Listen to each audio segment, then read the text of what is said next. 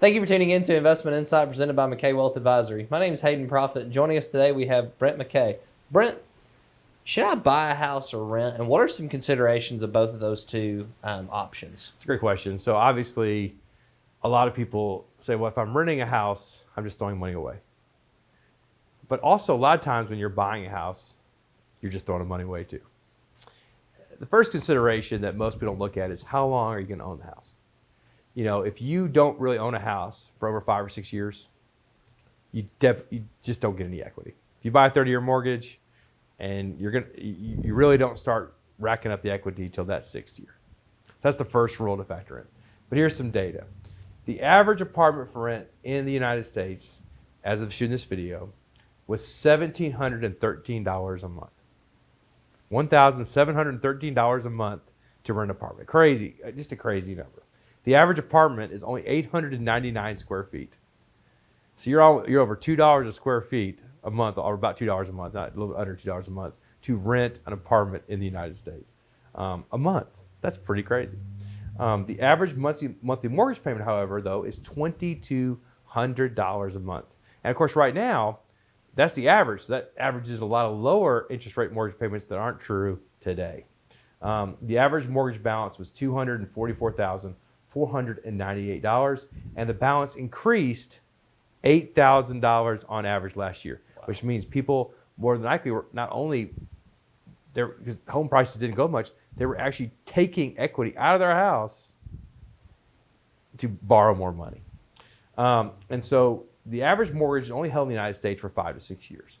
So if we say you're going to hold it for 6 years, that equates to $1,044 a month in principal payments over 6 years. But remember, that $1,044 is only taken into account in the last few years. So those first few years, you're pretty much paying only interest. So if we just compare apples rent to mortgages, a mortgage costs $1,160 a month. The average rent is $1,713 a month. But here's the kicker. The average house in America has about $553 a month in maintenance costs. You know, if you rent and your air conditioner goes out, that's on your landlord. If you own it and you have to come up with $6,000, that's a big deal. And another big part of that is, do you have $6,000 in cash? Or are you going to have to borrow $6,000 at 20% interest on a credit card or something? As we just talked about, younger people are credit card levels are going up. Are you having to pay for that money over time? Because if you don't have cash, owning a house is not always a great deal, because if you're always having to borrow more money to fix things, it can blow that out of proportion. Right, and those expenses are not necessarily static either. Correct. The cost of an air conditioner goes up as time goes on. So it may be $6,000, maybe $7,000, it may be $10,000. And so and that's the thing. And the only way that home ownership has ever made sense is on appreciation. So if the house appreciates, it can make sense. But if you take the extra money you would have saved in maintenance and you take that extra $100 a month, statistically you might be saving, and you invested that money, it's a different equation. Right. So the big question when you buy a house is, should you buy or should you rent? Is you need to look at the area you're in and see if you're in an appreciating area or a depreciating area. Because if you look at America right now, certain parts of the country, if you're in cities like Nashville or Austin or Charlotte, they've seen a lot of appreciation.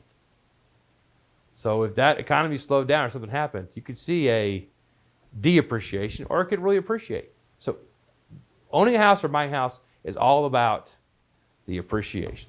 Right. And the best plan with this is not really what you should do, but what are you going to do? Correct. And that's another thing. So if you're going to trade houses every 5 or 6 years, you probably want to rent. Yeah. If you're going to stay somewhere for 5 or 6 years or longer, hopefully, really more than 6 years, you probably want to buy.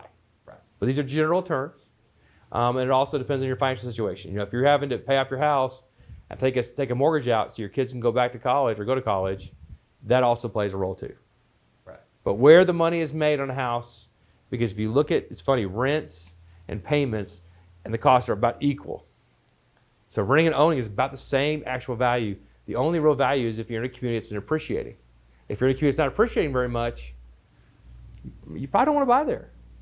Right. But if you're in a community that you see some appreciation, it's great. And if you knew the future, you knew exactly what to do. But that's basically, should I buy, should I rent? It comes down to that. And then also your discipline, right? If you will stay on a budget, if you do save extra money for repairs and maintenance, those kind of things, then you're okay. Right. Well, thank you so much for talking about this today, and thank you for tuning in to Investment Insight. And I hope you have a great day.